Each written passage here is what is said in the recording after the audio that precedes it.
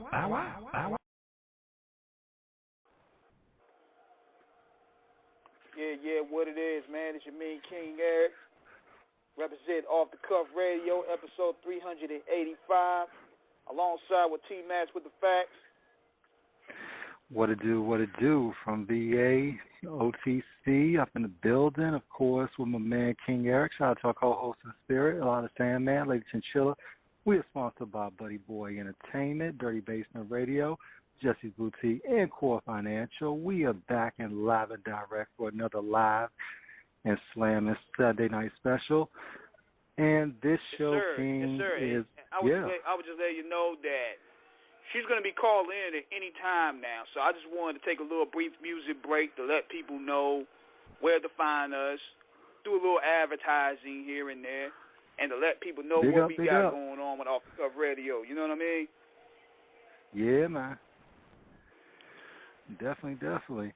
And I guess, King, it's only right before, Big Shan comes in, we might as well, give her, her proper introduction and whatnot. Most definitely, man. I mean, she's going to be pulling in probably about maybe 5 to 10 minutes. So in the meantime, okay, we just got to put some respect on her name first and foremost. Being, we know one-third of Doggys Angels, and she rebranded herself to where now that she's conquering the fashion industry.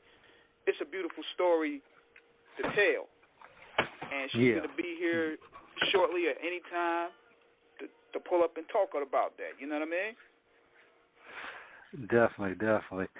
Yeah, man. I mean, one thing about it, King, is, when you're in the hip-hop game, and no matter what capacity of it, that is one thing that's always important, of always being able to, brand yourself in any way possible. Exactly, because that's what this game is all about, man. It's about not only staying current, but actually being ahead of the curve, because it changes so quick. And next thing you know, you lost in the sauce before you know it. Definitely. And that's always about one thing, being in the game, man. Always understanding what's coming next and being able to move with it. And to let people know what we got going on, I'm going to let people know that y'all want to tune in to Off the Cuff Radio. We on YouTube. We're on SoundCloud. We still have our blog talk link, so you want to pull up to hear the rough, rugged, and raw shows. Check the blog talk link there as well.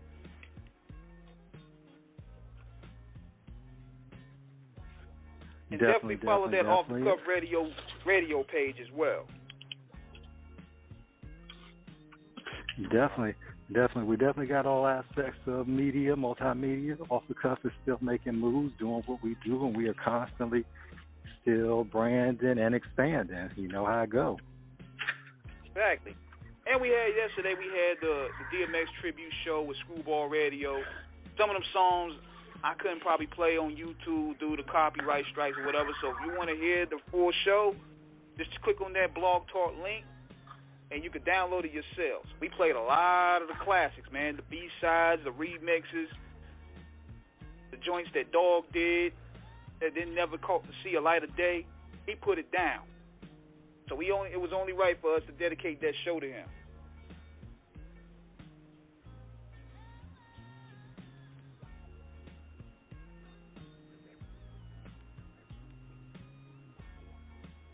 Hold on 1 second. Had to make sure the audio was right. May have to call back in, T-Max. But for some reason, I lost a little connection here. But nevertheless, we here live and direct, Off the Cuff Radio, episode 384. We got this is the Big Chan episode. She's gonna be pulling up shortly. So in the meantime, what we're gonna do, we're gonna go to some more music. And if you want to chop it up with me, the call number is 516-531-9596. Let's go. I'm going to play another gem for the Doggys Angels joint. Let's go.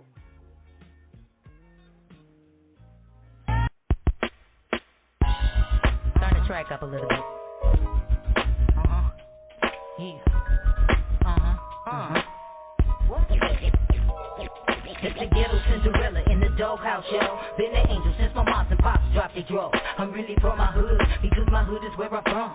Had that shit choking, y'all did, I already done. My front line, to get superior rhyming, blinding motherfuckers, because I shines like Windex.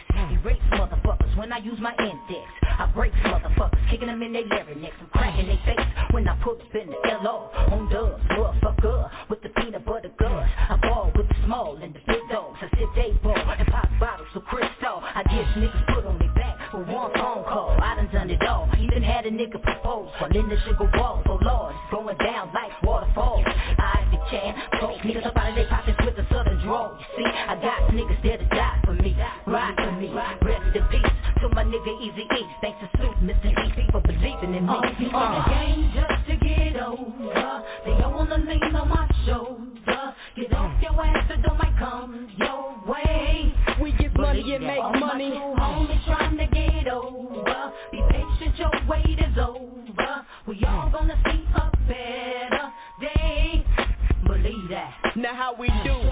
G-Win is how we live it in my crew. Motherfuckers ain't ready and we knew. Doggys Angels torment them out the blue.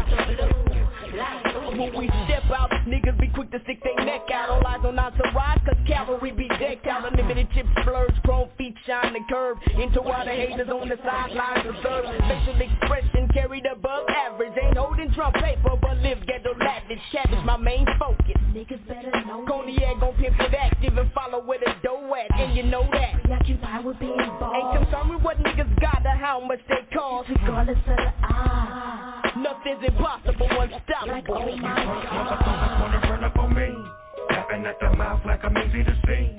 Nigga, I'm a motherfucking double OG. Game recognized, game on them streets. Yeah, PPD, in case you try to slip me, you're free. The angels on deck, yep, with the heat. DHGC, side up. That's the Doghouse Gangsta Crip family. we get tested, reconstructed, and re-popped up. Pimpin' all we got like Giannino, Barcelona when we dippin'. Serving bitches off the back with the nastiest track. Cola low, smoking sacks of the African black. Keep the dubs chromed up, the baddest like showing up. Rolling with the old tough, double-breasted choked up. Bitches try to stay afloat with them Ronnie Ho quote. Marianne G's with it and spit it to go for broke. Represent the fly niggas, not them gunshot niggas. Never asking why niggas, ready to lullaby niggas. Got the game locked down, collab with future sound. LOC's part of me, industry be ghost town. Now you motherfuckers know just what that seat so like. To catch you slipping when we dipping in the Jeep ride. Hit you up and in the motherfucking heat fly. We hitting corners, banging on this shit east side. Lil G go dip, gangsta go digger. Long Beach rolling, holding swole figures. Chippers we go get us. And don't speak up on my niggas. We some cold killers. I'm banging what still.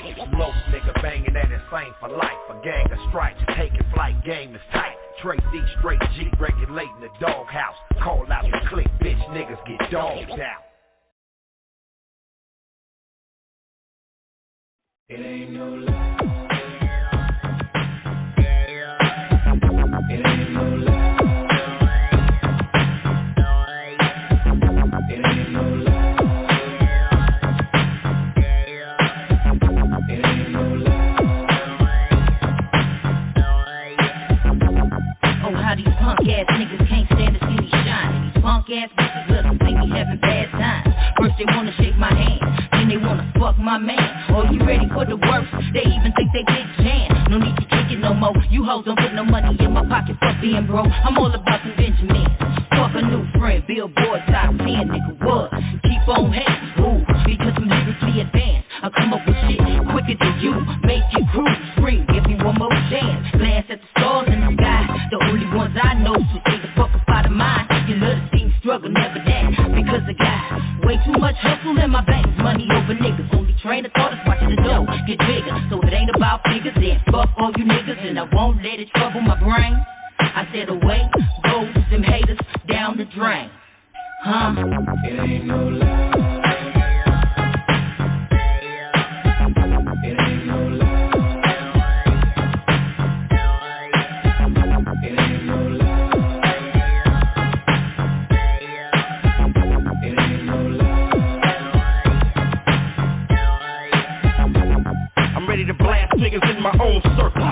Fuck it, you can call me the angry postal worker. I'm trying to get the money right. But come to find out, niggas who I thought was down, we ain't really tight. A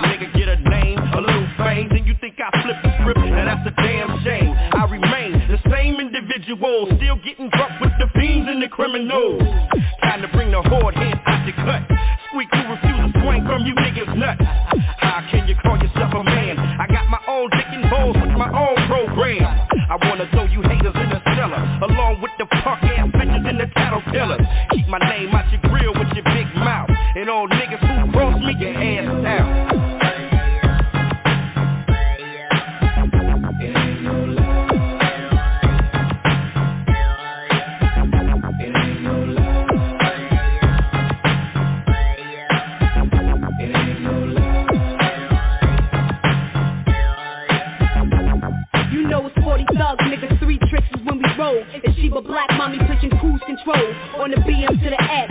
Getting more checks, player haters make a left. Give me your neck to neck or you a hot cat. Fashion, won't you step in my zone? I'm gon' still be laced up, doing sort of Al Capone. The ill my style, young tickle lay it down. She knows that they been top dog and still shooting rounds. So how many niggas can count 100 G's? And how many bitches can grind without getting on their knees? Bitch, please, who you calling? Get the haterism out your life. She's a hoe, not the housewife hating on me. Wanna be a player just like me, frontin' on me. Always thinking gas up on me. I beg to differ. I got the world on my shoulder. The DP slip, but you can't fuck her over.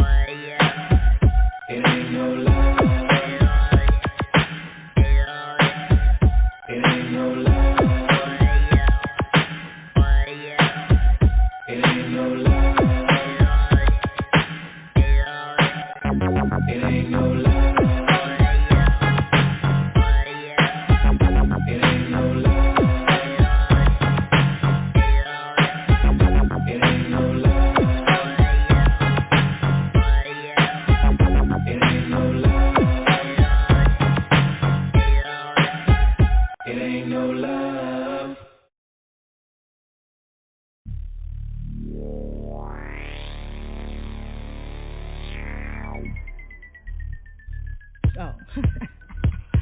What up? Yeah. It's me again. So I need y'all to get the wax out your ears, cause listen, it ain't nothing going on but the rent. I'm in the studio late nights making hits. So come and holler at this real hood chick and take a hit of this bomb green good shit while I keep dropping this gangsta shit. You know it don't stop, it ain't tricking if you got it. Got game, then pop it. Got drama, then you need to drop it. I'd rather be off the sauce in the club, sitting pretty in the cut. 36 weights with a 36 double D cup. Niggas wanna taste, I can tell how they pushing up. Like a bra, they on my strap, doing way too much. Play a look but don't touch. Can your girl get past without you feeling on my ass? I got some goons in the truck in case you wanna old fashion ass kicking. Pay attention, we ain't playing over here. We bout some presidents, so get it in.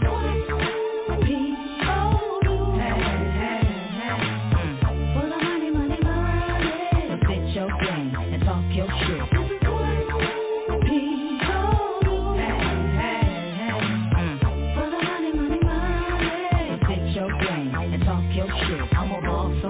Boss up. I ain't came to floss or back my ass up. I've been a dime diva, you niggas can't toss up. I'm on the come up, stepping my chips up. Switching lanes, finna pass up. Cause you're looking at the future. Sexy like Kama Sutra. Lay low and keep it neutral. Go hard on the yard like cinco un puntos. Know exactly where you can go if you interfere with the flow. I watch from the peripheral like E4O. Just tell me when to go when I hit you with the fofo. But I ain't a killer though. But I die for my thriller, yo. And I'm just like a nigga, I don't give a fuck about a hoe. Bigger figures always been the number one go. Phenomenal woman with a swagger so cold.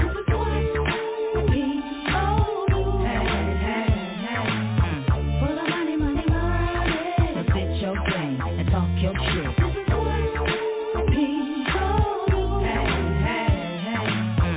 the money, money, money.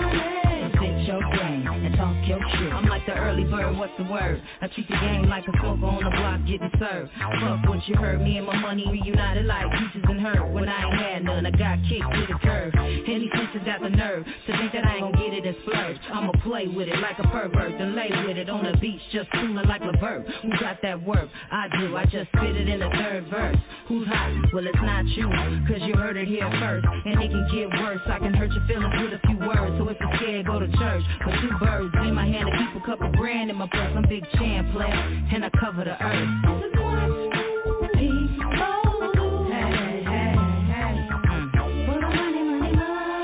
So sit your game and talk your shit.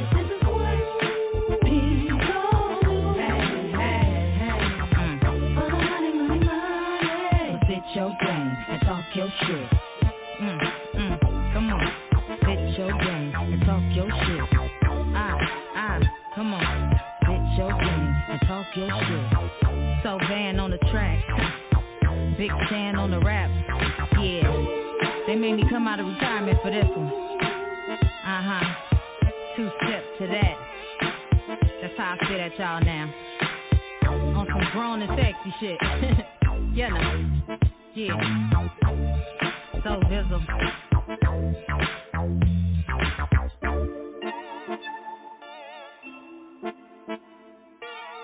So Vizzle on the track. Big Chan on the raps.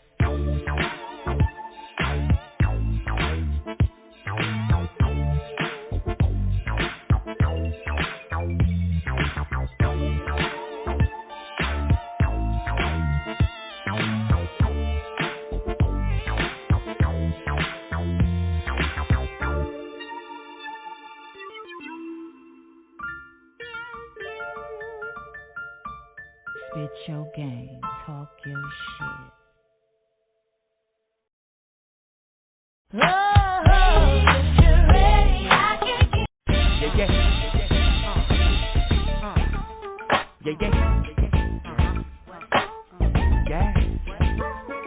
Yeah. Everybody get up, say you bump at the club, what? Huh? It ain't no limitations on the bus. What? Ask for the spot, I'ma heat it up and keep sweating. Y'all ain't saying nothing. My holiday, keep bustin', making moves like money. You thought I wasn't? It's just like honey, and it sounds so sweet, enough to make them haters get the body they see. I see you keeping me, little woman, come with the world's greatest hits. Watch this girl, but don't get it twisted. Doing it until I'm filthy rich. Motherfuckers get rich to this. We rich rolls, double lows, so cavalry stagnated. Niggas living, getting angels of bone, collaborated. Top thugs, throwing dubs, you bitches is fever rich. Now we mash off with mask off and season this. Squared off like a prison, we hooked with G-ism. Niggas talking medicated, can't relate to how we living. We walk like rock wallets, poppin' Chris and I collar in the club. High post, got the niggas scared to holler. Doghouse and bone thugs, just way too big. Track soft style, we flaunt style, you under dig. Please believe it. Please believe it. Please believe it. Please believe it. Please believe it. Please believe it. The Angels gon' give it to you cause that's how we promote. Just put on that shotgun doing they step on the times when we dwell in the realest field where motherfuckers get excluded cause their auras ain't free. We have some big folders, tight with photos. The left for the dog count. You now know. A camouflage and a major league with the Aguero cavalry. Whole colony. Rep the ball. Right or left, left or right. Whole circulation tight while my niggas cop the G's and my bitches rock. Paper unstackable when all my homies got it. You know. Please believe it. Please believe it. Please believe it. Please believe it. More thug in the doghouse. Now who in the fuck gon' touch this powerhouse? Nigga won't pull your car, will strike you out, knocking you out of the box. Nigga, it's a mad world with a bad girl like the Doggys Angels, dancing, laying, gon' smash. Nigga, we out here getting this cash and 00000. I done seen too many people lagging, not to be stacking. Nigga, we out here knowing what's happening, rapping fools, trying to tell a story, trying to have a little fun on the road to glory. Nigga, we heated heavy, at all times conducting business moves, so major paper chasing, alleviating stress with the booty that we blessed. Nevertheless, when it's mobbing for real, niggas like keep it real, nigga, I'ma keep it real. Tell you exactly how I feel, you know the drill. Get the G's, please. And then we overseas blowing trees. When I watch my Long Beach OGs, Eazy E, rest in peace. I'ma put it down to the day I eat. Hit you with the shit that just making you kill it slow. Keeping the gangster so you can always feel it though. Living a life of a rapper and the CEO. My life ain't changed except that strange silly hoe. Bitches ain't shitting, I mean it sincerely though. Come inside the house so you can hear me though. Really though, you silly hoe. Here we go, here we go, here we go, go. Come on everybody, y'all all get down. What we have is a brand new sound, so nobody out there be misled. I got a bitch in my bed and she gon' give me some head. Please believe it. Please believe it. You know what? Please believe it. Please believe it. You gotta get out. You got to believe in me. Everybody gotta believe in something. Might as well believe in me. Big Snoop Dogg, Doggys Angels, Lazy Bone, Battle Cat on the track. Believe that. Hello. Please believe me. Please believe it. Say what? Please believe it.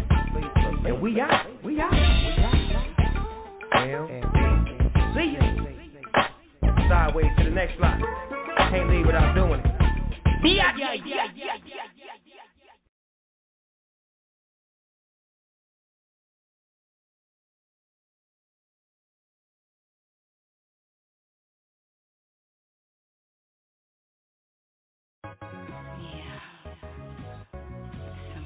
love, California grind. Yeah. Everybody loves the sunshine. It's your girl, Miss Toy. My boy, Speak Low. Ready to drop it like this. Let's go.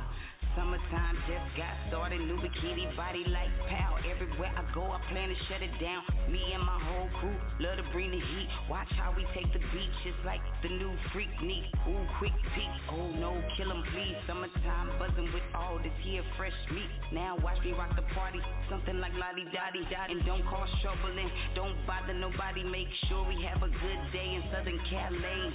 Wanna take a dip in the pool, we do it my way. Just let your head down, gone girl, have some fun. Let them boys mess it up, then they can't go get it done. Then later on we can cruise around the way. My life, sunshine every day. California highways, then what they gonna say? Wishing they was on the West Coast so they can hide away. It's the town and we on our way. Gotta enjoy this beautiful day. Summertime love, California grind. Everybody loves the sunshine. Everybody loves the sunshine. It's the town and we on our way. Gotta go enjoy this beautiful day. Summertime love, California grind. Everybody loves the sunshine. Everybody loves the sunshine. Did you hear the gossip, lots of blogging, block party rocking? The number that showed up was a whopping. Models like a model watching. Black and Czechoslovakian, rat, gecko, and possum, they all for riding. I walked in bopping, collar popping, hair nappy, feeling like apartment carpet hydraulic topping. Grinding to a slip locking, spit swapping later on is getting kind of travel lodging. Yeah, street farmers dollar clocking. Got what you need, weed, crack the oxycontin. Step on your seat, you gotta clock them, not an option. It's just the consequences for being out of option. Live it up, liquor up, drink lots of toxins. Mix it up, different cups, that's my concoction. Pour out some for the homies not forgotten. A moment of silence, that's why I am pausing. It's the town and we on our way. Gotta go enjoy this beautiful day. Summertime love, California grind. Everybody loves the sunshine. Everybody loves the sunshine. It's the town and we on our way. Gotta go enjoy this beautiful day. Beautiful day.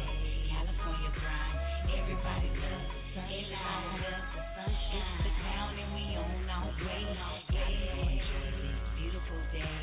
Summertime love, California grind. Everybody loves the sunshine. It's the town and we on our way. Gotta go enjoy this beautiful day. Summertime love, California grind. Everybody loves the sunshine. Everybody loves the sunshine.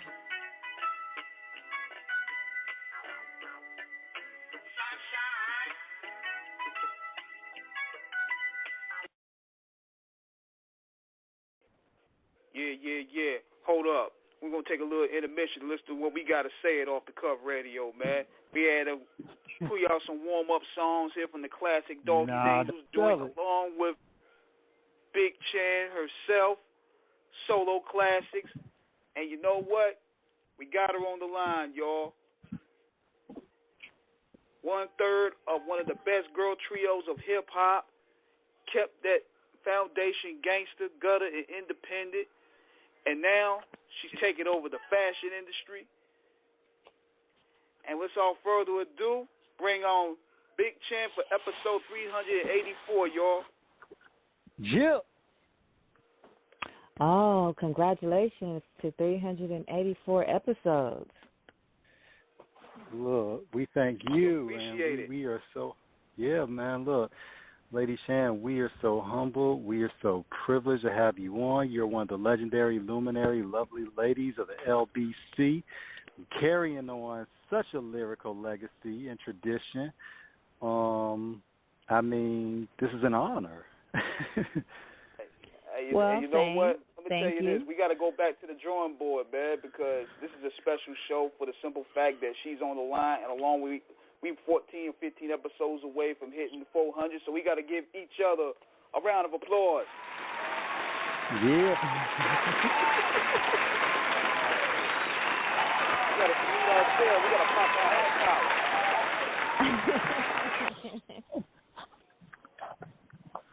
Well, first, I want to say thank you guys. Second, shout out to the Platinum Queen. Third, one of the girls was from Long Beach, and two are from South Central, and I happen to be one from South Central. Got you. Okay. SC up in the building. SC. Yes. So how y'all doing? We good. We are blessed. We good, man. We are blessed. We are definitely blessed, and we're counting our blessings. Even though, as everybody know, man, we lost an icon in the industry with DMX. It's been a tough week, but we're gonna carry on for the dog. Yeah. I mean, but one thing about it is, definitely for what he represented is what you represent, which is this great culture we call hip hop, and the diversification of y'all chosen vocation. It's just something to say and see in terms of looking at how from where you and X started in terms of both being ferocious on the microphone to transitioning in other ventures.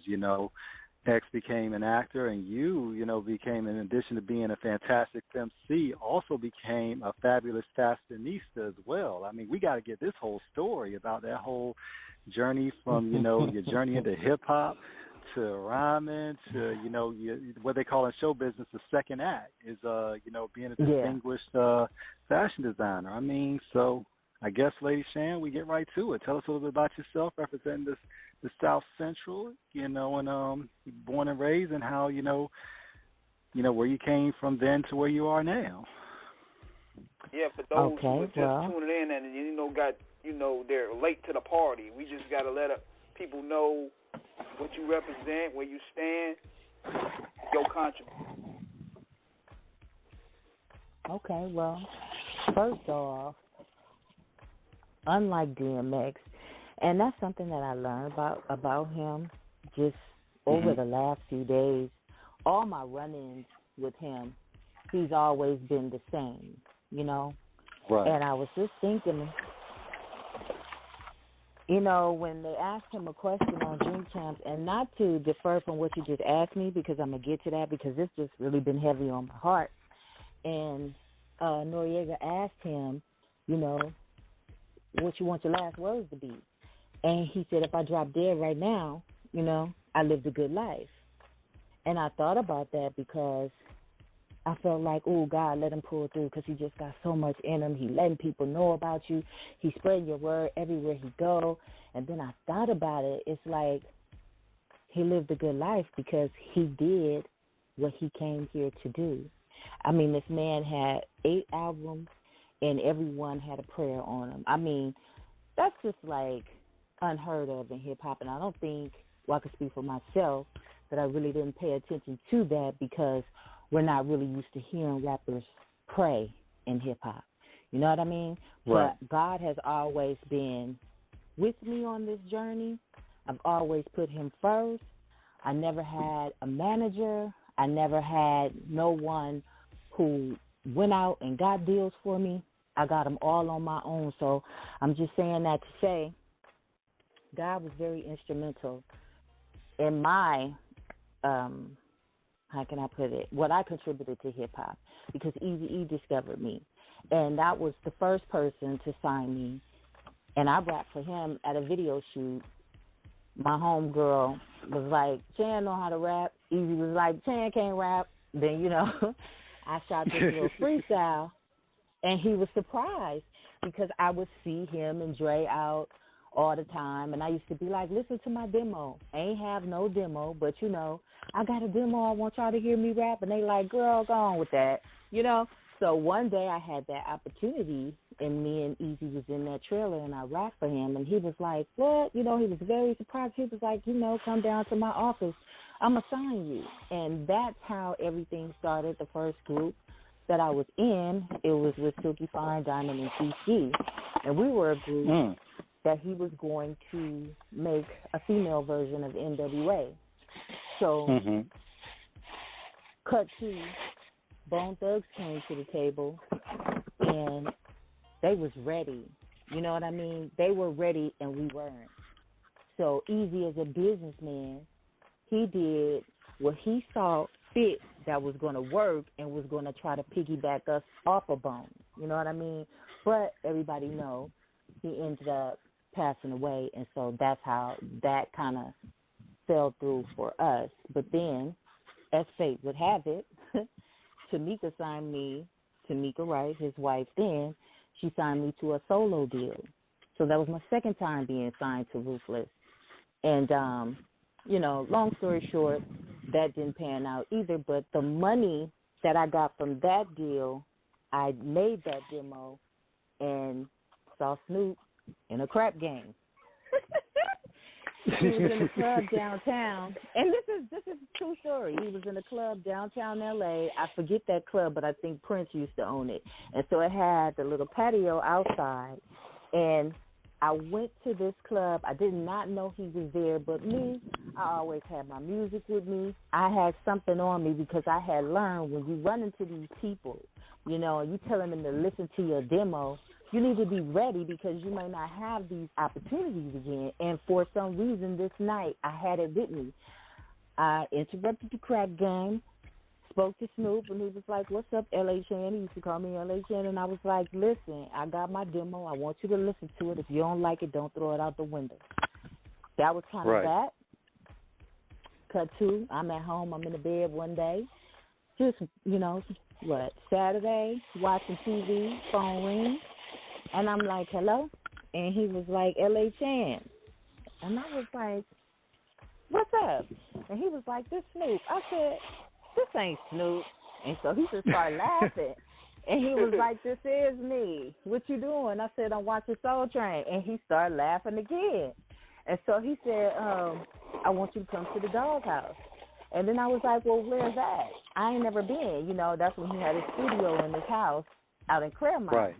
He was like, "I want you to come out here." And, you know, that's really how that started. But me and Snoop, we used to do little freestyle ciphers because, you know, back in the day, they used to get these hotel rooms. Everybody got their drink and they smoked, and we would just be in there rapping. You know what I'm saying? And I know people might not believe this, but he became a fan of mine because every time he would see me, people be like rapping. I'm freestyling, and it was always against the men. So we kind of gained that, you know, friendship, hip-hop connection. Right. And then he told me one day, he said, "When I get my label, I'm going to sign you." And before that call, I didn't, you know, I was like, yeah, right. So he hooked up with Master P at this time when he was just leaving Death Row. And so another producer that I was working with, he called me, and he was kind of salty, and he was like, "So you signed with Snoop?" And I was like, "What are you talking about?" He was like, "Well, I'm sitting here looking at the album cover and in the credits, he talking about you and Goldie Loc, his artist." I hung up that phone. I went to my little mom and pop record store my boy Aaron had, and I bought the CD that he put out, and sure enough, he had put that in the album cover. You know, back then when people gave you credits and you can go read them, you know, it was that type of thing. And I was just blown away. Yeah, and I was blown away, but I had no way to contact him. So, you know, long story short, after I gave him that demo, I got that call, and that was pretty much the beginning of everything. I was supposed to do a solo album with Snoop. It wasn't supposed to be no group, but this other producer, Jelly Roll, was working with the other two, and he let Snoop hear him, and then Snoop was like, his light came on, and he was like, "Okay, we can do a group." And that's how that came about. I happened to know one already, and then I had met the other one because what he did, and it was kind of like the same thing Eazy E did, when he decided he wanted to do a group, it was like I was already in the group, but he had a whole bunch of girls come to the studio that night, and he just had everybody rap for their life. And, you know, them two was the ones who made the cut. So, and that's how Doggys Angels. That's how Doggys Angels was born. Yeah, man. And it's wild because, when Cola Lote was with us a couple of years ago, she told us about, the story about how, it was just, it was a blood sport, in terms of, like you said, it was like, if you got your best shit, you got to do it. Yeah.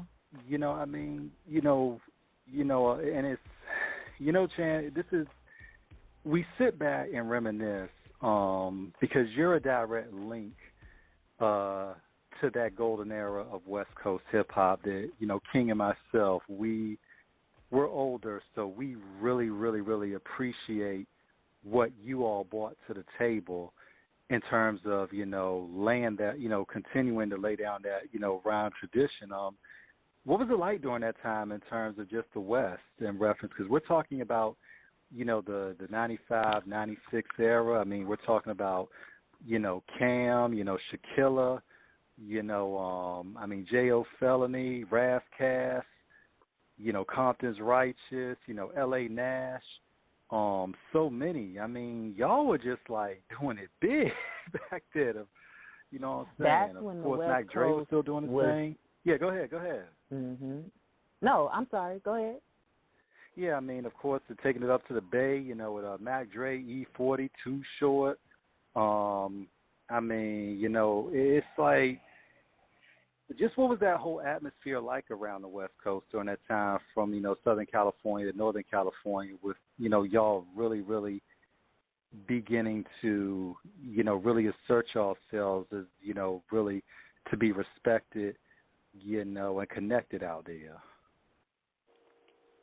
Oh, wow. I mean, I've always loved West Coast rap. My biggest influence was NWA. So a lot of my dreams was coming true because the people who I wanted to do music with and be affiliated with, they actually signed me as an artist. And for me to be a dark-skinned girl during that time, because things are very different now, I didn't have to sleep for none of my deals. They respected me just for the talent alone because I was hungry and I was ambitious and I loved what I did, and I just knew I was going to do it. So just being a part of this West Coast staple, being cut from the cloth of the Eazy E and the Snoop Dogg, I mean, some people will live a lifetime trying to accomplish some of those things that I've accomplished, and that's just not to my own horn. That comes from an inspirational point of view. Like, you got to see things for yourself, no matter what nobody tell you, because a lot of people shitted on me. A lot of people wouldn't sign me, for those facts. And these two niggas, excuse that, they gave me a chance. No, this is off the cuff, baby. Say what you want. Say what you want. Oh, okay, well, shit. These niggas, they gave me a break. They cut my break line, and they didn't look at none of that. They was looking at the talent. And so much I learned from Eazy E just alone, just like I saw him as a businessman, and he would sit down, he would write everything. Everything was a plan. He wrote everything that he was going to do with us, what he was going to do with Bone Thugs and Harmony, just like days in the office at Ruthless up there with Jerry Heller, and just watching that whole thing go down, because a lot of these artists, they don't pay attention to the business side of this industry. They turned on by, the money, the fame, the jewelry, the cars, the hoes, and all of this, but the main key to being in the industry is knowing that business. So that was one key thing that I learned from Eazy. Snoop, one thing I learned from him, that brother know how to brand himself, and he knows how to remain relevant, And so that's why I took all of that and flipped it with fashion, because I was sketching when I was in a group, and one day I brought my sketchbook to Snoop and showed him all my sketches of just things that I was designing, and he was blown away. He was like, you got to do that fashion. And, that kind of stuck with me, too. But back to answer your question, I love West Coast hip-hop. And Cube was actually my favorite West Coast rapper because I love the way he told stories, and I got my storytelling from him. I used to see Pac in the studio. I've been in a lot of sessions with Tupac, and Tupac didn't play when he go in that studio. He treated it like a job. You'll go in the studio and see 50 niggas sitting around drinking and all that, just chilling. But Pac will be done 3 songs while they doing all that bullshit, and that's something that I learned too. He took that space and that time, and he utilized it. It just wasn't for hanging out and kicking it for him because, you know, this just was his thing. He was hip hop, and so just being around all that, having the opportunity to be around these guys, I just soaked all that up. I was young, I was sponge, and, you know, I just kept saying, you know, one day I'm going to do it, and that's what really inspired me when I got the opportunity to actually meet these people that I love so much. And shit, the first song that I did on Wax was a song with Yo-Yo. It was called Pass It On. And Q happened to come to the studio that night, you know, and he's like, okay, Chan, now say this at the end of the line. You know, he punching in through the booth talking to me, and it was just really blowing my mind because I'm like, this is my favorite rapper of ever. You know what I mean? So it's just West Coast or nothing for me because, yeah.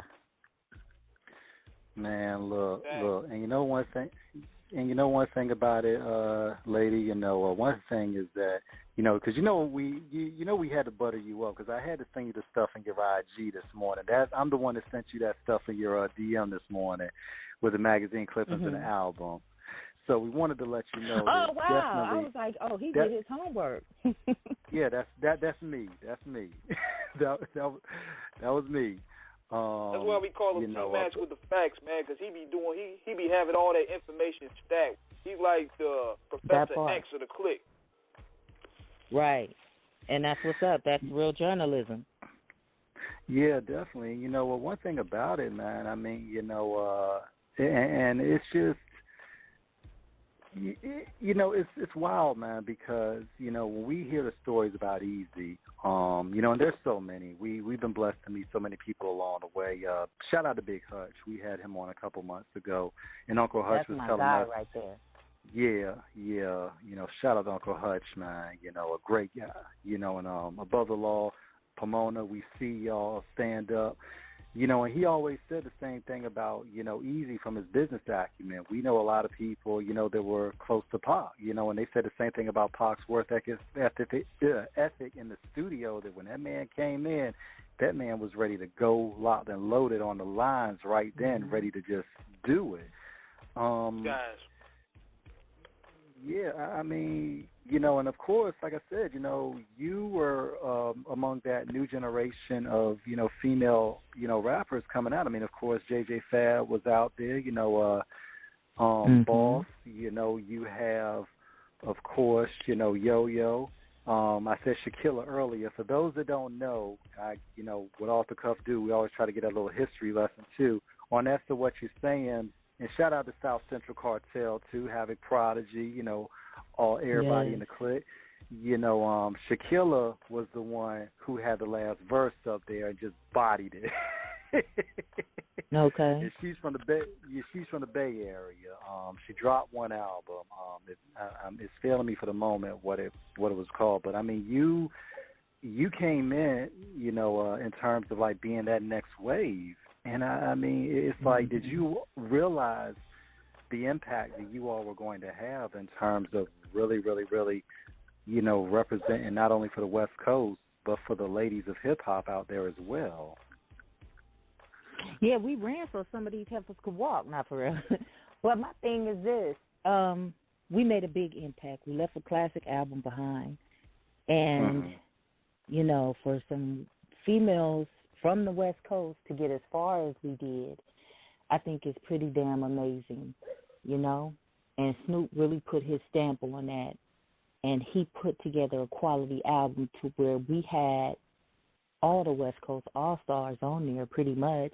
I mean, we had Nate Dogg on there, the East Siders, Cocaine, Sugar Free. I mean, come on now. Yeah. That album is a classic album. If yes, I it never is. do nothing else, I put my stamp in it. You know what I'm saying? Receive it how you want to receive it or reject it how you want to reject it, but you got to respect it because that's history. Done deal. You know what I'm saying? And just to be a part of that. Yeah, I mean, hey. of course. You know, I mean, I'd be remiss. Yeah, I mean, I'd be remiss without mentioning Sugar T and Silky Fine. I mean, y'all really laid it down, letting everybody know that it just that y'all have variety. What was it like, you know, after signing with Uncle Snoop about, you know, when y'all really realized like this was about to happen, when y'all got that call, you know, when Snoop was like, okay, you know, it's time to hit the studio and really put this thing together, you know, lay it down like carpet and walk all over the haters with it, you know, what was that like, you know, with those studio sessions and really, you know, conceptualizing what you all wanted to bring to the game? Well, it was a lot of smoke sessions, I can tell you that. And each time we would come to the studio, Snoop play beats. He wanted to do beats.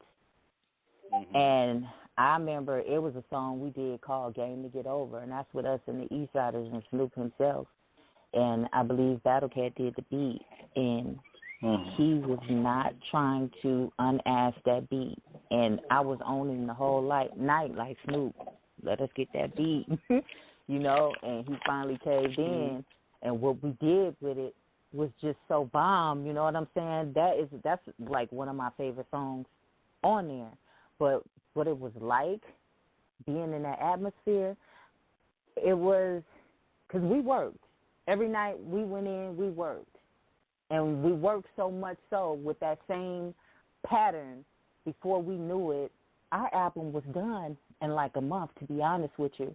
And I'll never forget the last night, Snoop called everybody to the studio. It was so many people in the studio, and blunts just kept going around and around and around and around and around and around. I'm like, I'm going to pass out. But he played our whole album, and that vibe was so beautiful. Nobody seen me, but I cried because I couldn't believe that shit sounded so good. You didn't have to skip nothing. Everybody was just vibing through the whole thing, just passing the bus. Like, it was really a good time.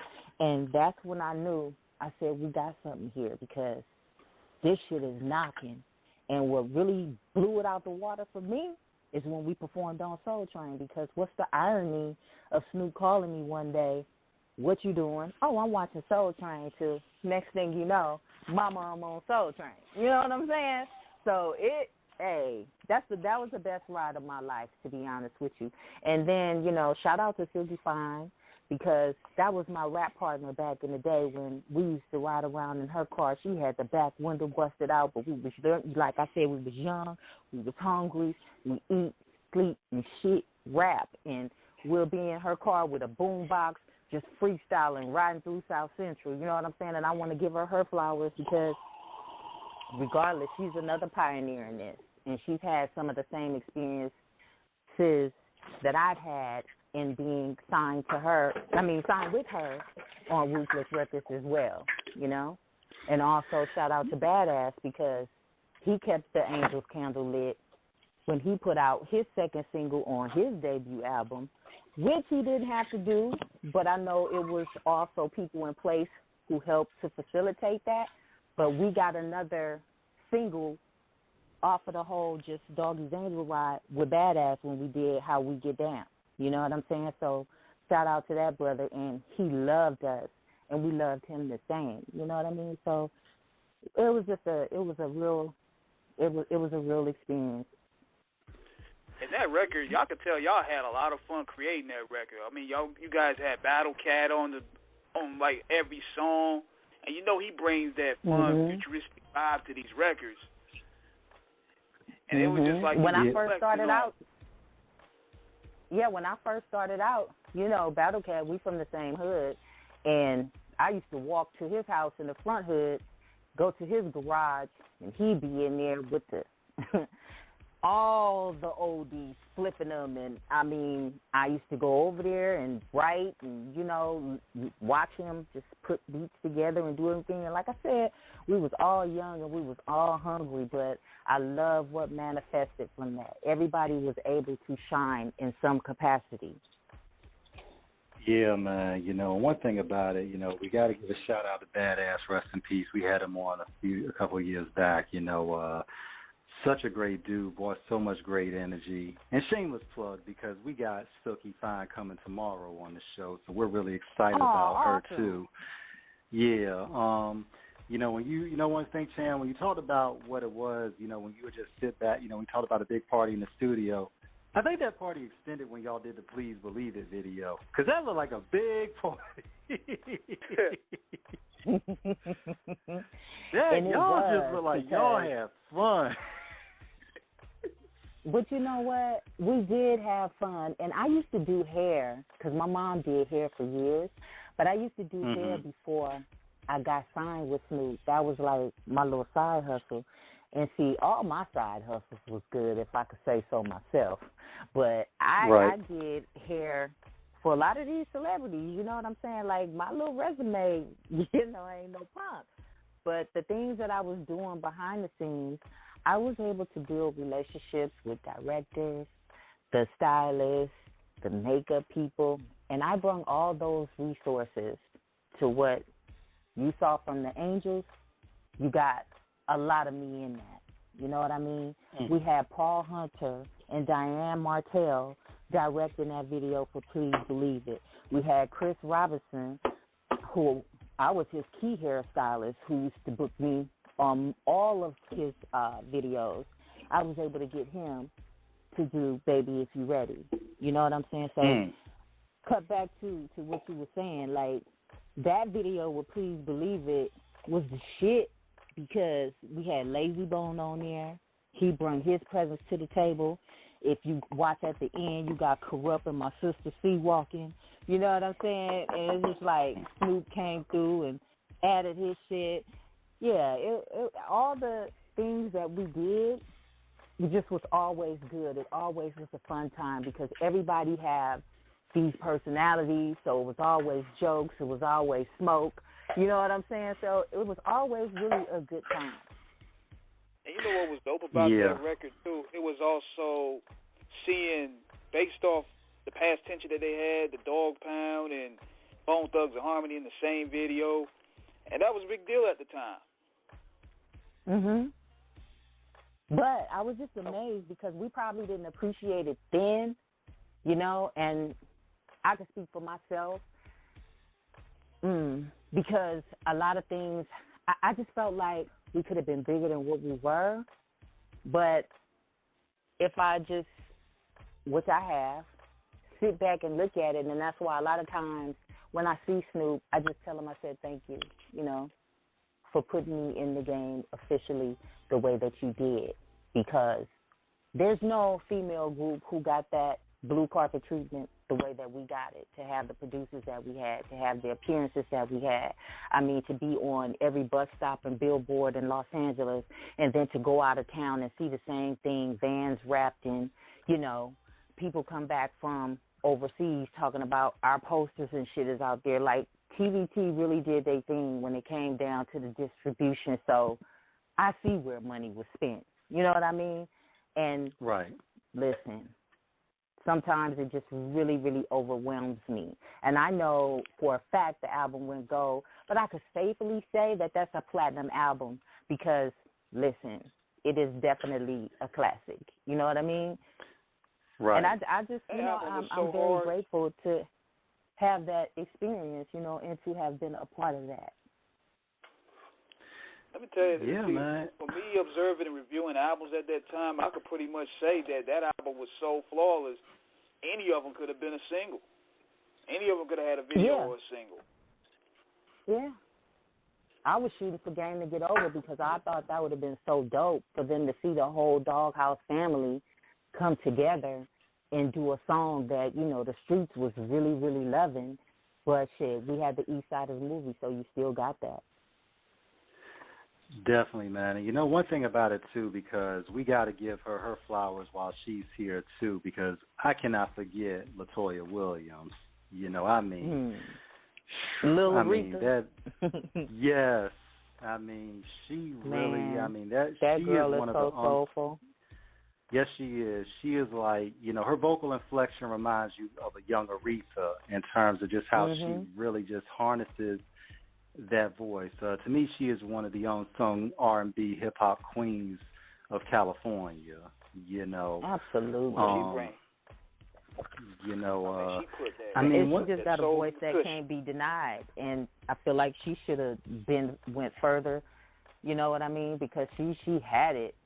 She was giving the ones a run for the money, and that happened also with her on our single because a lot of people caught on to that too. You know what I'm saying? Because of her hook on that song. Like, you got to give credit where credit is due. Right. She made it radio friendly. Yeah. I mean, what she did on Y'all joint, I mean, what she did on, Baby If You Ready, I mean, of course, on Snoop's Dog, Welcome to the Doghouse, the All-Star compilation album, I mean, when she did Fallen Star, when she was on the opening track, Doghouse America, I mean, She was also on Gangsta and Me, too.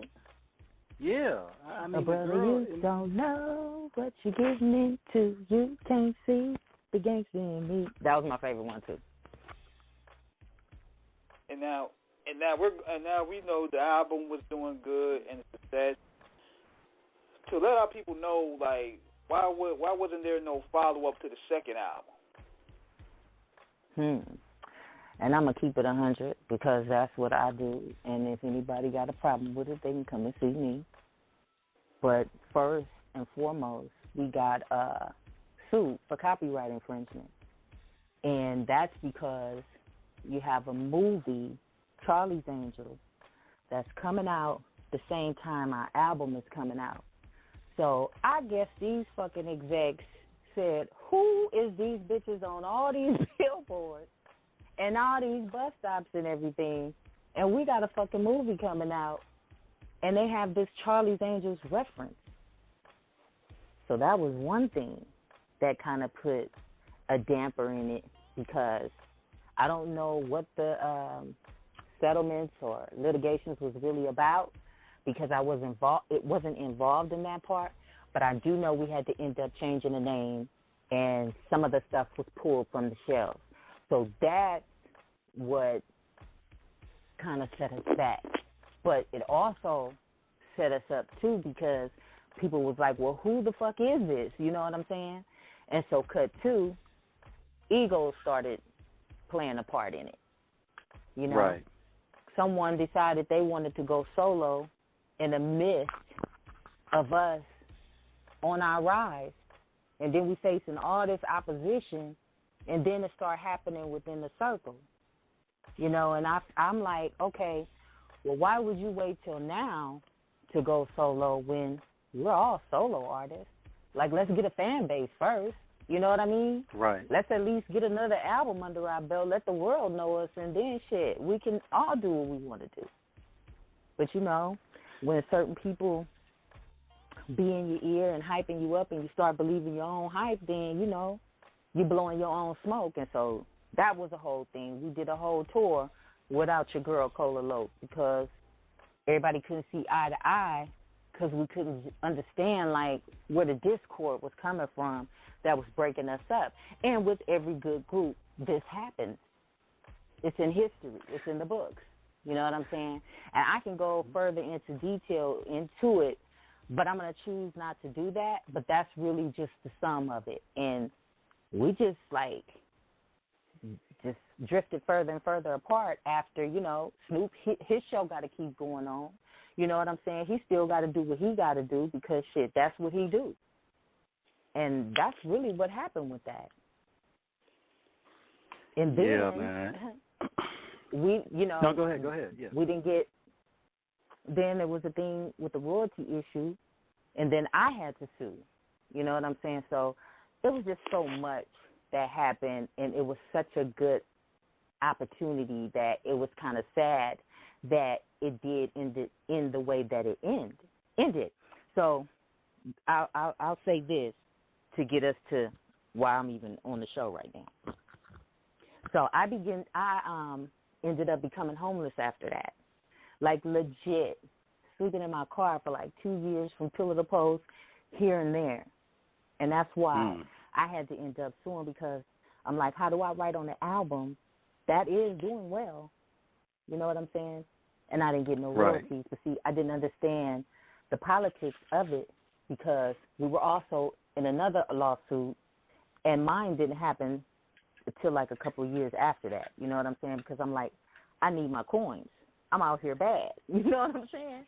So long story short, I talked to Lazy Bone. That is my brother. Like, I fucking love him. He looked out, no judgment. I told him, like, look, I need to come to Atlanta. I need somewhere to stay. I need to get my thoughts together. He was like, come. You're welcome. Went, stayed with him. They had this big house in Atlanta, and, you know, in Atlanta they have basements and they have attics, you know. And I'm like, dog, let me stay up here. Like, I don't want to be bothered with nobody. I just want to be here but not here. You know what I mean? And he was like, man, make yourself at home. Do your thing. It was a sewing machine in the attic. And I was like, really, like, you know, this is me and God time. And, you know, I'm keep looking at the sewing machines, and I'm like, fuck it. I went to Walmart, got a few things, basic things, some patterns, some scissors, some fabric. And while I was up there, I taught myself how to sew. Now, mind you, the music was still in my heart, but Atlanta wasn't set up for me like that, because it was very cliquish. So I would record here and there, but my love for the music was just fading, because I was like, damn, this bitch did me dirty. You know what I'm saying? And it's like, I don't even want to do it no more, you know? And that's how I was feeling. So I had this other thing that I discovered, and it was just consuming me. And so I just started making everything that I could think of, because, you know, I'm a tall girl, so a lot of stuff, when I go to the store, they ain't even got it for me, so I used to make it for myself. So I said, you know what, it's time to go back to L.A. And I'm still Big Chan, mind you, but everybody don't know what I'm going through. I just ain't been around in a minute. So I started going back out to parties and networking, and, you know what I'm saying, still in the same circle. I'm still who I am, so, you know, the access is still there. And people will be like, where you get that from? Or, you know, like what I got on or things like that. And that is how that started. I started making shit for people and, you know, making my own clothes, being my own, you know, postcard, so to speak. And then I ran into a stylist one day, and he was like, can you do some alterations? And that's how that started. And then word of mouth just kept going around about me doing this. And I just started making clothes for people. I never had a chance to even put out my own line, because this had became my life. And it was so consistent, and it paid me well. You know what I mean? So it was just like, okay, God, this is what you want me to do. So I just was obedient, and I did that. And cut to, I end up making stuff for Beyonce, meeting with her and, like, personally doing some pieces for her. Another friend of mine just seeing me posting my work on Facebook. Like, I would just, you know, design stuff and post it up. And she like, look, Prince is going to do American leg of his tour, and we just need to change his whole look. We need to just do something funky. She brought me a bag of his clothes, y'all.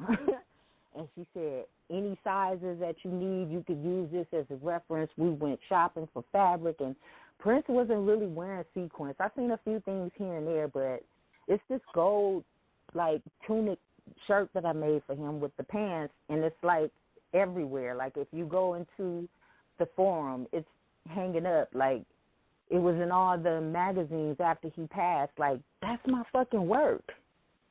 You know what I'm saying? CeeLo, same thing. I see him at a show one night. He had some kind of rhinestones on the shirt. I'm like, nigga, I could have did that. He was like, I didn't know you could do this. Long story short, me and him have a track record of shit that I done did for him. But what stands out the most is when he did Super Bowl with Madonna. That's my black sequence choir robe CeeLo is wearing in front of millions. But people don't know it's the girl from Doggys Angels that's doing all this, you know? And it still goes on to this day. I've made shit for Meg Thee Stallion, Cardi B, you know what I'm saying? Worked with Nicki Minaj. I mean, the list goes on.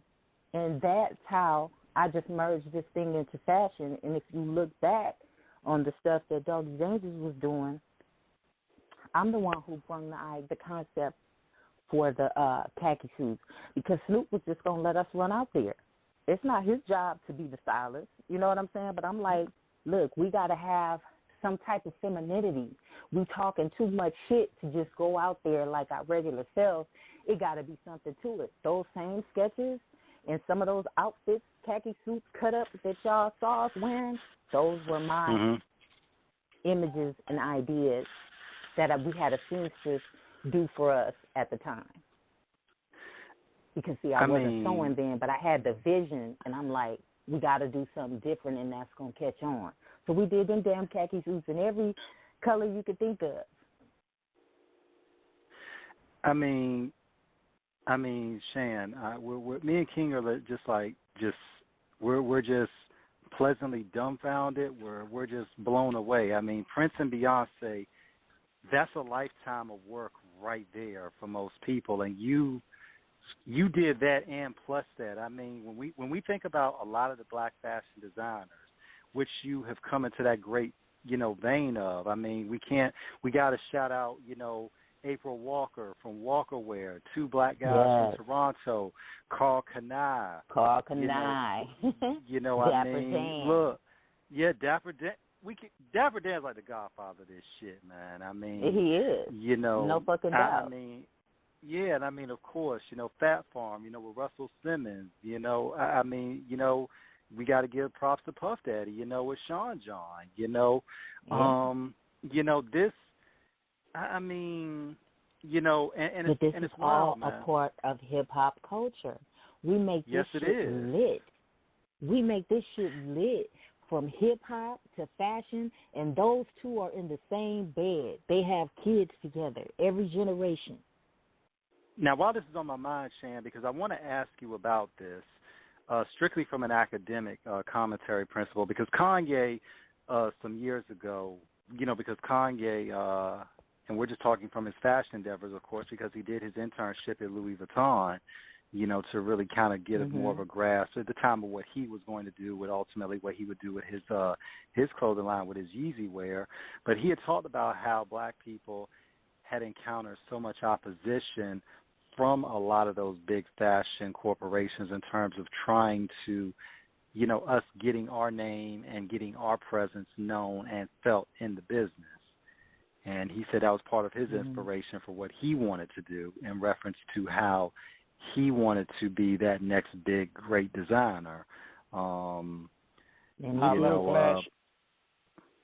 he did that. Yeah. He's almost a billionaire, or is a billionaire, and that's because he wanted to see what he wanted to see in hip-hop. I mean, we have been paving the way for so long, and coming from another perspective of being in this industry, I'll take an example for you, how we're always getting robbed for our creativity, just like Julia Roberts. Pretty Woman, my favorite movie of all time. I ended up getting a call to do a job for her, for a Lancome campaign. And I made the skirt that she's wearing on the campaign. Now, just because there was a white stylist involved, it was just like I was work for hire. They didn't want to give me that acknowledgement, so the white stylist gets all the credit. Nobody knows it's the little black girl from South Central that they made this damn skirt for Julia Roberts. You know what I mean? So I can imagine Kanye went through a lot of that. And so that's why he just kept going and said, look, I'm going to shit on all y'all because these ideas that I have is going to make millions. And you can't keep a Yeezy shoe when that bitch drops. It's selling out instantly. Everything he dropped, you could say it looked like the trash collection or whatever. Well, guess what? You got a lot of people who go in the trash because they fucks with him, and, yeah, he did that. One thing about it, too, Shan, because, we, on this show, and it's interviews like this that we just absolutely love because it covers so many different elements of business to fashion to just real stories, because we don't all we hear about the fame and the glamour, but we don't always hear about the grind and the strife that accompanies it a lot of times. In terms of fashion, and me and King, we me and my brother, we always talk off the air and sometimes on the air about the direction of hip hop in terms of fashion, where it's gone from the men and the women's side of it. Obviously, we came from the era where it was Timberland boots, baggy jeans, hoodies, which is why we love the West so much, because y'all really have never changed y'all dress code out there. It's pretty much been the same. But across the board in fashion, how do you feel about the trends in reference to, I'm going to just say it, niggas wearing skinny jeans and all that shit, and the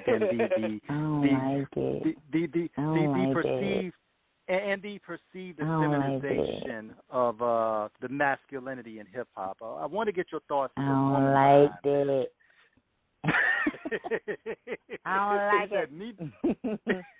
Blasphemy. Where do you think? No. Where do you think this started happening? Where did the change start happening to you? When did this start happening? I think it changed when we lost the masculinity. When we lost the voices like Ice Cube. When we lost the voices like Public Enemy. When we lost the voices of our messengers who were giving us guidance. I don't care if he was shooting 50 niggas in the song. God damn it, if his ass needs to get dealt with, he gonna get dealt with. Then everything just softened up. That's the South Central way. You know what I'm saying? That's the LA way. Yeah. And then everything just softened up because, we had a new generation coming. And then they had new drugs. They had new songs. They had a new way of thinking. And it wasn't the knowledgeable way that we had, because even though we had this gangbang culture, we had real shit glorified now, they don't understand what it took to be in a gang, like how you got to be initiated, like, nigga, how if one of the homies get killed, you got to get your ass in this car because we finna go put in work. They didn't understand how that culture even came about. But going back to what you said, it's like they did things differently because they didn't have the teachings that we had. Like, you had poor righteous teachers. You had a lot of rappers, KRS-One, who were still dropping knowledge. Like, you got some food for thought out of that. You know what I mean? It was just structured different. So now you have certain execs who said, well, hey, we're not going to find no more of this conscious shit. And that's where the femininity began, because you let a young generation come in, and I don't know what's in the water. I don't know what the hell is going on, but you got a lot of homosexuality. You just got a lot of things that we didn't see back in our heyday in hip-hop. And now it's acceptable. They have so many rights, and shout out to them. I'm not bashing anybody. I'm just looking at where we are now and how we got here. And the woman, like, if you're not looking like a stripper and you're not twerking, I mean, you're not getting a record deal. Like, it has changed so drastically that I can't knock them, because it's their era and they doing what they want to do with it, and they making more money than a lot of us made, you know what I'm saying, in our era, because they have something right now that we didn't have, and they have this internet. They got social media. So things can happen a little faster versus someone just trying to get in the game and like, damn, I got a network. I got to go to all these clubs, you know. Everything right now is a click of a button for them. Right. So that's legwork. When I see it, it's like, you know, the men are wearing purses, the men are getting their nails done. I mean, it's I'm trying not to judge here because that's not my job to do that, but things just has really changed from when I was a part of hip-hop. And we talk about a lot of that on the show. I would say, too, that if you came in, let your talent speak for yourself, do your thing, but when it gets a situation where people are feeling pressured to where they have to sound like this or act like this or wear a dress like this, that's where it becomes a problem. Because even with Frank Ocean, he's a gay artist, but at the same time, nobody's really caring about the fact that he's gay. He's a dope artist. Yeah, well, that's not what we see when we see him. You know, he's not wearing it as a badge of honor. And then I was just looking at Kid Cudi, who was on Saturday Night Live. I believe that was, don't quote me. Yeah. But he had on a dress. Yeah, Kid and Cudi. they said it was in honor of Kurt Cobain. But see, it's like how I hear some of the comedians talk, like some of them won't put that dress on. You know what I'm saying? So I think it's just a matter of the person and what they will allow from themselves. I mean, I can't really be the judge of that, but I'm just saying this shit has changed so much. I really can't call it. Because, you know, people are entitled to be who they are and do what they love to do, but I don't like seeing men in skinny jeans. That's just my personal opinion. You know, and it's wild, Shan, because when we look at it, hold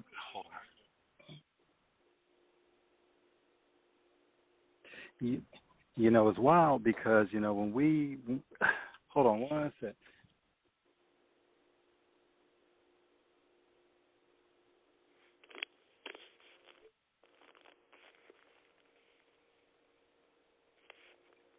I'm right back. Yeah, but, you know, one thing about it, Chan, when we look at it, you know, from the change of it over the years, because, you know, here at Off the Cuff, we love everybody, you know. We don't care what your sexual orientation is. We don't care who you are. You got great music, you got great music. Matter of fact, I got to plug him because this dude is like one of the illest out there. You know, like King talked about Frank Ocean, you know, about where he talked about how, you know, Frank came out and said his first love was a man. And you know there was flack. There's another artist out of South Central by the name of Steve Lacy, you know, who's come out as bi. Steve's talented as hell. That's all I can say. That dude is talented as shit.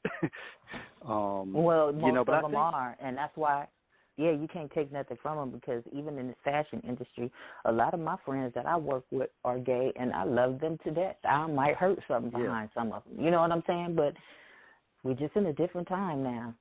Yeah, we are. You know, and we wonder how it sometimes, because we talk off the air about stuff like this, and we wonder, you know, where the game came in terms of, you know, because we've always talked about in reference to people, the decision makers in the boardroom, the people who are bringing certain artists in.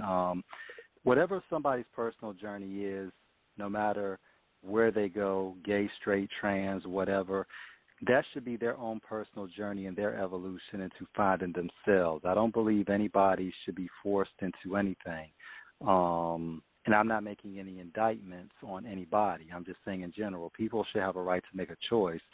I think what we're seeing now in the business is that we're kind of getting the impression that with certain artists that there are certain people who are there's some questionable business going on in terms of what artists are doing to get on. Right. That's just something that, you know, but when we look at it, if everybody wants to talk about, well, you know, I'm going to just say it on air because I've said it on air before. I don't do conspiracy theories because I like shit that I can actually see to actually speak on. I think some of this shit is just people come up with these theories because when crazy shit happens, they need some type of explanation to explain it. And some things I'm like, look, you know, I'm like, listen, if we look at Hollywood and the entertainment industry at large and everybody talks about, oh, this gay phenomenon, I'm like, no. I'm like, people have been gay in Hollywood for years. I'm like, why the fuck? I'm like, Elton John, I mean, Rock Hudson, Dick Sargent, Dick York.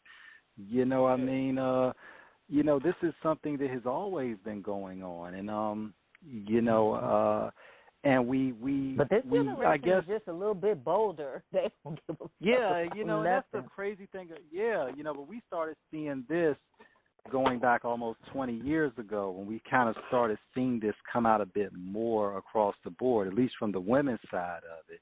There were innuendos about sexuality. I mean, the quote-unquote gay rapper from the 80s that has ran the gamut of possibly so many.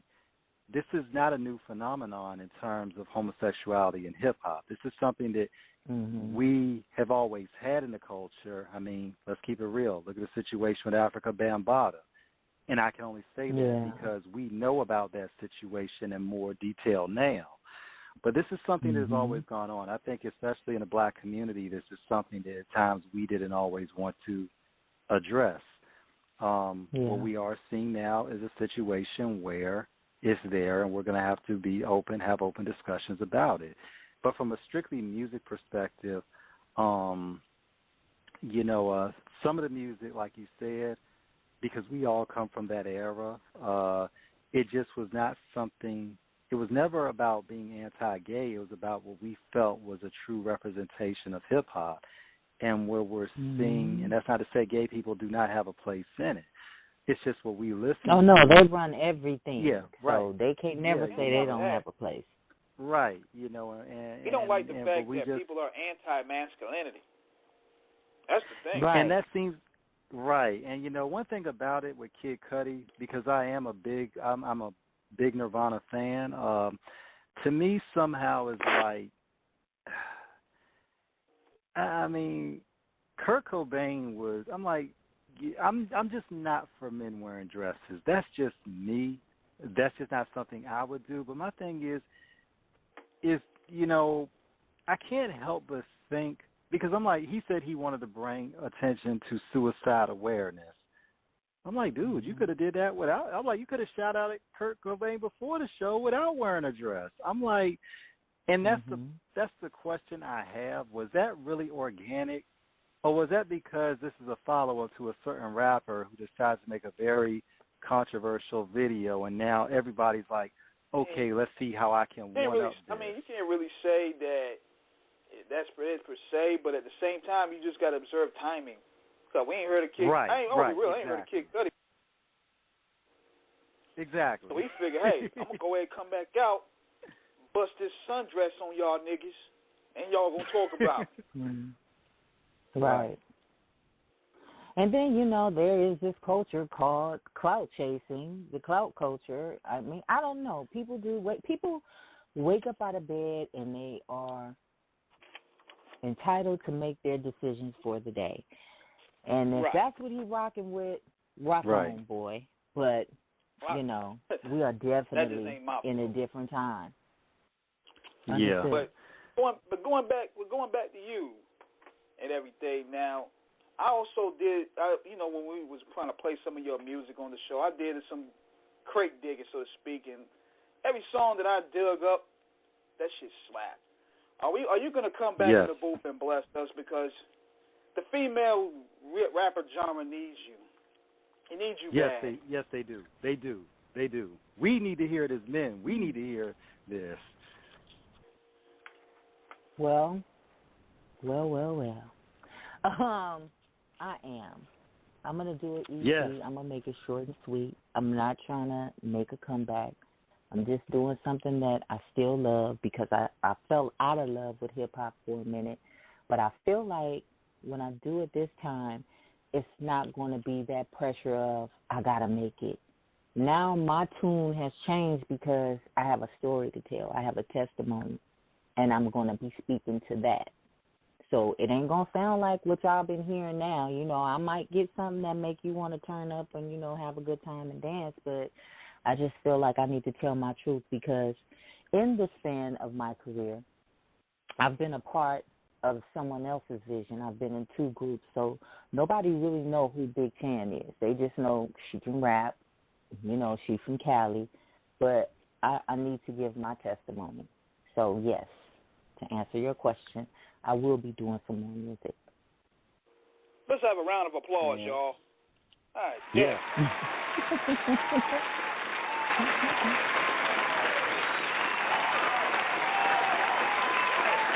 Somebody got to provide that balance.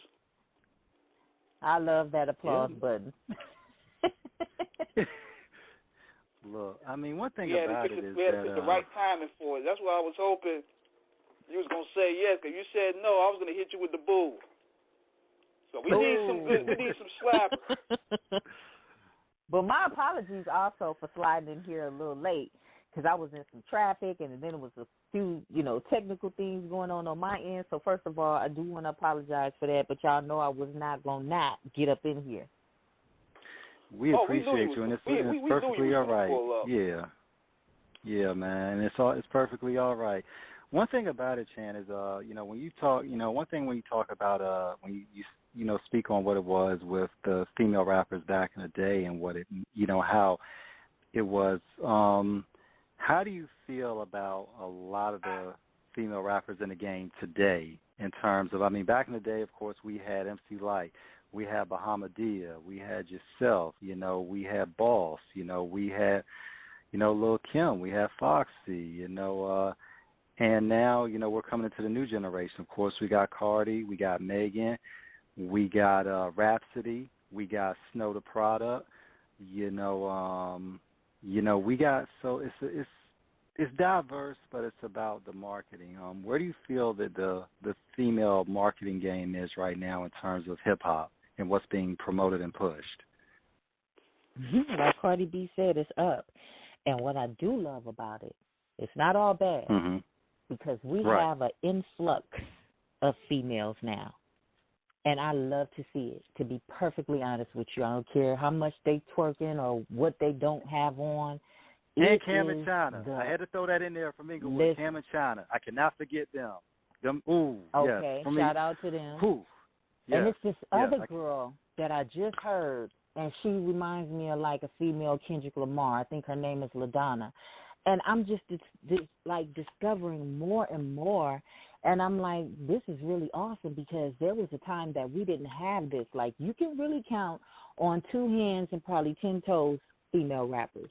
But now, I'm talking about, you go to their YouTubes, they got like millions of streams. Like, people know who these girls are. And like I said, they have the advantage that they have now is something that we didn't have, and that's social media.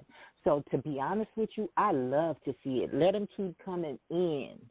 Let the doors for the females be cracked wide open, because it is a beautiful thing. And this is truly, like, to be honest with you, the year of the woman, because we've been getting so much done. I'm talking about even with Kamala being in her position. I just see a lot of things taking place.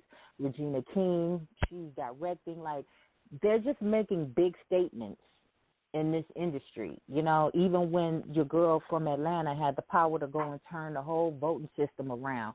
Women are just powerful beings. And Stacey Abrams. Stacey Abrams, you know what I'm saying? So I just look at it, and I'm just like, wow, we some bad bitches, because these girls, they is in there. Do you hear me? And everybody is operating in their power, and I love to see it. Yeah, you got, of course, you got Issa Rae, you got Letha Waithe. It's so many. I was mentioning female MCs. How could I forget? Of course, me being from Virginia, Missy Elliott, the Lady of Rage. Lady of Rage, Farmville, Virginia. You know what I'm saying? Shout out to Lady of Rage. That's my dog. Yeah, and another one too, Shan. If you haven't listened to her yet, you need to. Lakelee 47. You'll thank me. Oh, the one who wears a mask. Money. She wears a mask. I got money. Yeah, I got my people now. I told you. I've been listening to them. Trust me when I tell you. I love it. I love to see it. Like, it is really a beautiful thing. And I'm glad that some of my contributions, whether big or small, it helped open up that door for that. Look, if you got it, and the world needs to hear it, period. Yeah, and one thing about it is to see the wave of it, because, for a long time, I think a lot of women, especially, were marginalized in a capacity of not really getting their recognition in terms of, because what we're seeing now is just such a pronouncement of, black excellence, especially with our women out there. Bitches making moves, and it's just beautiful to see, because and it's not only getting notoriety, but getting acclaim. Notoriety can just be your known. Acclaim is when you are actually respected for your achievement. Listen. Yeah. I wish I was a part of this era right now because I'm telling you, it's no telling where I'd be. Like, these girls get endorsements. Like, I mean, it's so much money to get in this moment. You know what I'm saying? And, like, I watched Cardi B. I was there from the beginning when she was starting, and just to see her evolve from the time that I worked with her until now, it's just like it just kept, like, magnifying, you know? And she just caught on so quickly. I mean, it was almost like an overnight success that you don't even believe the work that she told you she put in. Yeah. You know, and that's something that, and I mean, the fact is she's, you know, Cardi gets a lot of flack. I'm like, Cardi earned her spot. I'm like, she really put it in to really do what she had to do. And one thing I respect, too, about it, if we just got to go there, Cardi has never denied her blackness. You know, in terms of, you know, because her specific ethnicity is Trini and Dominican. She said, but I'm black. Yeah. I shouldn't have to tell you that. You know, I just like how she just don't even give a fuck. Like, she brought that to the table, and like she said, she was already an internet sensation before it even got to where it is now. So all you're doing is seeing what she's already been doing times 10. She just gave y'all some rap. You know what I'm saying? And the rap is actually good. So, and not to mention the fact that it also revolves around your personality. Because I heard of her when she used to come to the Carolinas to do radio shows. She had the outgoing personality that makes you click with people. Now, you know, pursuers will probably say that she's not the best rapper and all that, but sometimes your energy and how you correlate with people can make you go far. So we all know a lot of talented individuals, but those niggas got the most awful personality, and you ain't want to be in the same room with them. Right. Yeah. Yeah, and there's a lot of that in there too now. Yeah. Oh, and for one thing, and while we talking about it, the black female excellence too, Ava DuVernay from South Central. I cannot forget Ava. You know, 13. I've worked her doing with the 13. Ava DuVernay too. Yeah, I mean, you know, but you know, one thing about it, Shan, is that, you know, your story is so inspirational and incredible because, you know, in hip hop we see a lot of artists come and go, and then in show business what we call is the second act. You know, sometimes, you know, LL has found it, you know, with his acting. You know, Master P, you know, has gone into his second act being an entrepreneur, you know, but he's already been doing that. You know, Ice Cube, you know, is a, you know, businessman with Big Three and, of course, directed movies, being an actor. Nas has been an investor extraordinaire in terms of other ventures. You know, Chameleonaire as well. You know, Scarface ran for public office down in Texas.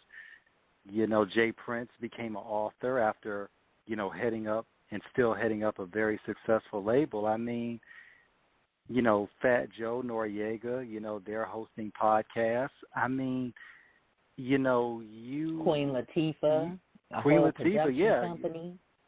Yeah, you know what I'm saying? I mean, you know, it's just Ice Cube, you know, you know. Yeah. I mean, it's ludicrous. Yeah. I love it. Because you're supposed to take your torch and run with it. You know what I mean? After hip hop, it's not over because hip hop is such a big genre. You know what I mean? It has so many. Well, I must just say kids and grandkids off of it. Like it just came and took over every genre of music, and we did that. Black people. We did that, started a whole movement that cannot be stopped. It didn't turn pop. It didn't turn rock. I mean, we got so many elements of it. We even had our little vanilla wafers come in and get their piece of it. You know what I'm saying? And, you know, they even did what they did with it. It's like, man, you got to love hip-hop. You just got to love it. And I thank God that shit. I had my little piece of the puzzle. Yeah, you know, one thing about it, you know, I think because we love the culture. We're blessed. We're so fortunate to do, to do the show like we do it. One thing about it is we are also we will call them out, too, in terms of the culture vultures, because we've seen on one hand of it how successful, it has been over the past 35 years. We've, and this is, like KRS said once, I remember when they said, I knew back in the day that rap would never die, but a lot of people thought rap was, going to go the way of rock and roll, and they thought rock and roll was not going to be anything, which we invented too, people like Sister Rosetta Tharpe, Chuck Berry, were the pioneers, When we look at the origins of hip-hop in terms of the rhythm and the beats, James Brown and the JBs, they laid down that foundation. Gil Scott-Heron and the Last Poets. So this is something that we've had a long and distinguished history in terms of innovation, creation, expansion, and evolution. But inevitably, we get a lot of people who do not always represent the culture or just see it as a quick way to get money, as we call appropriators, because you got, that's usually identified with white people, but you have black cultural appropriators as well. Just because you're black doesn't mean you always know the culture, and how do you feel in terms of, just the hip-hop marketing in terms of what is, because there's so many dope artists, but not the doper artists really don't get the play as they should. Back in the day when we looked at the radios, these were not under business like Clear Channel and iHeart. DJs actually had the chance to break in new artists in turn, because that's what a DJ is supposed to do, break in new artists. How do you feel about artists just getting opportunities who are really dope who may not get them, and just how can them finding their way in through social media and everything else without the foolishness? Well, if I can speak to that artist, they just got to keep being true to themselves. You got to keep putting out good content, because one thing about good content and good music, it will never go unnoticed. And that is something I know for a fact. You just have to get your team in order and get some kind of, strategy for the internet so that the people who need to hear it can hear it. That's the only thing I can say to that, because in this day and age, you don't need a label. You are the label. You have the biggest tool right now that's making or breaking people, and that's social media. Exactly. Yeah. It cuts a lot of that leg room out the way, too. It does. Say that again, Dave? It cuts a lot of that leg room out the way, too. Cutting that middleman. Yes. Yes. You can go get all your money.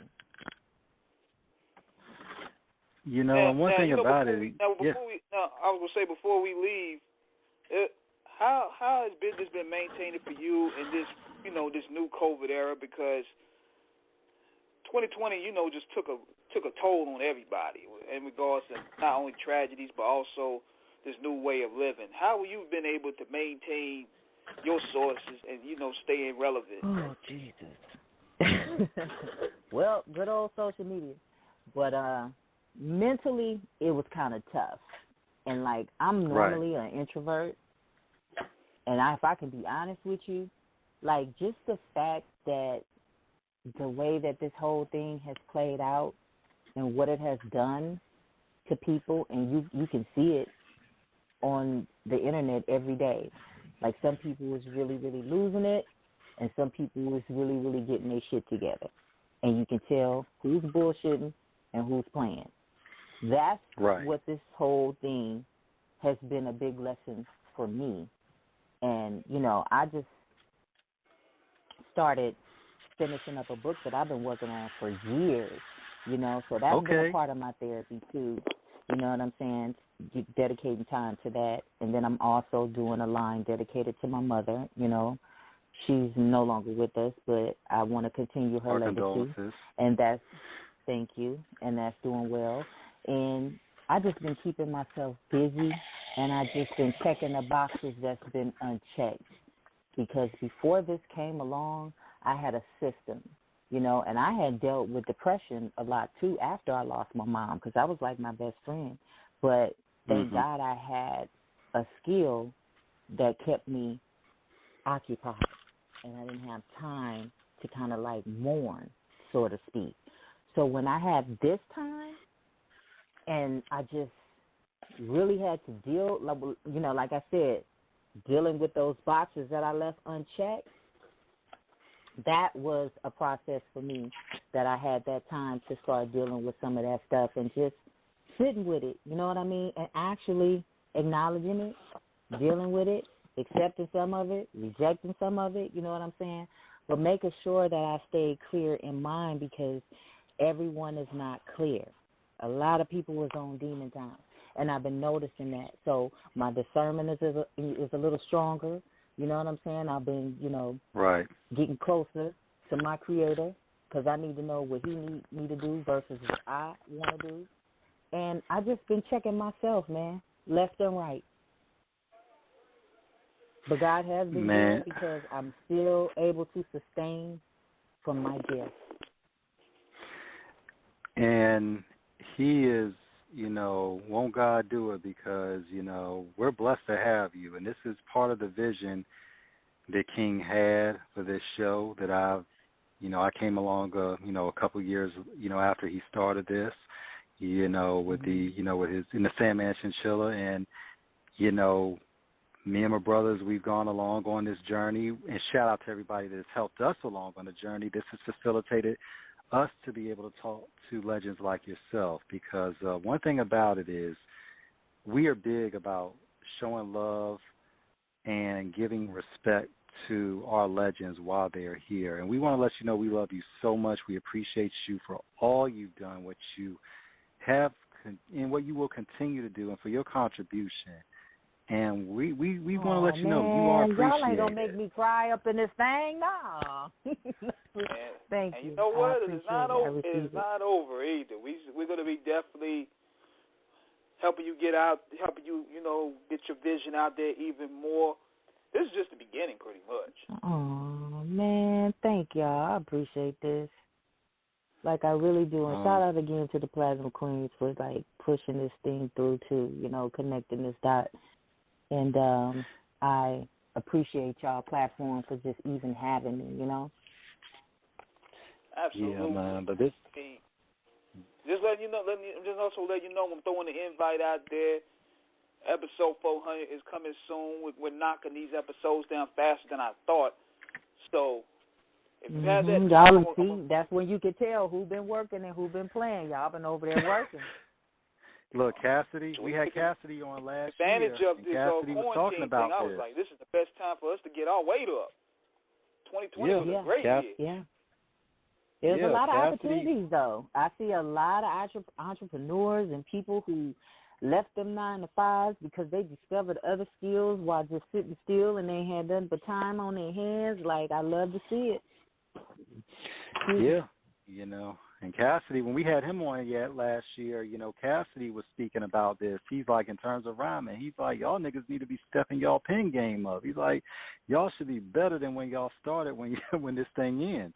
Because it's going to end. And then, you know, it's going to eventually, it's like, you know, the skills are always going to show no matter your vocation. Your vocation is your voice, and your voice announces your presence.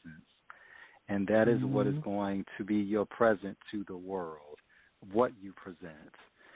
And, you know, and from that perspective, man, I mean, you know, in terms of, you know, with your fashion line, as you keep going with it, pretty much are you looking to expand it more, or are you pretty much, you know, good where you're at?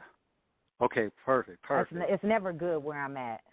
I love to be in the uncomfortable zone, because that's where you get stretched.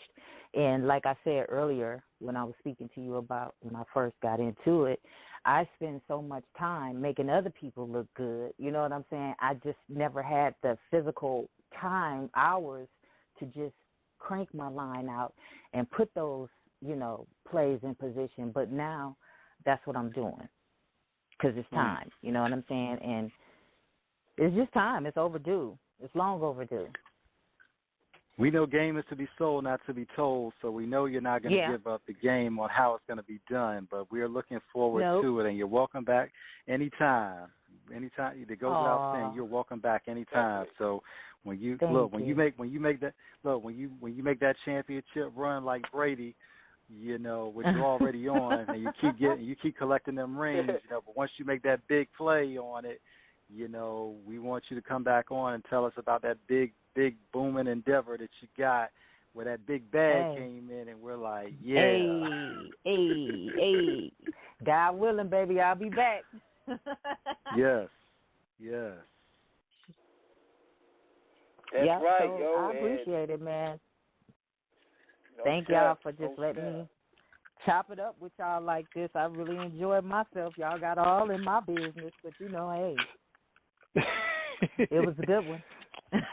We do that in a good way. We're not like Deputy Doodall.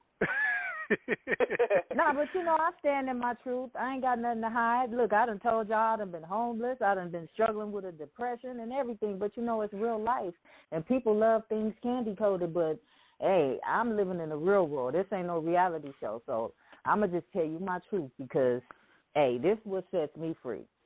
Definitely. But yeah, man. But once again, we thank you so much. Yeah.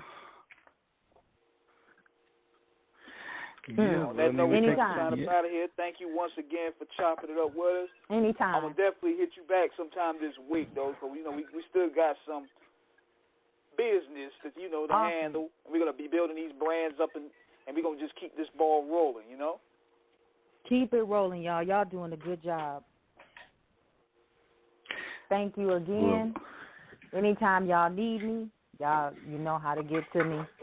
And God bless y'all.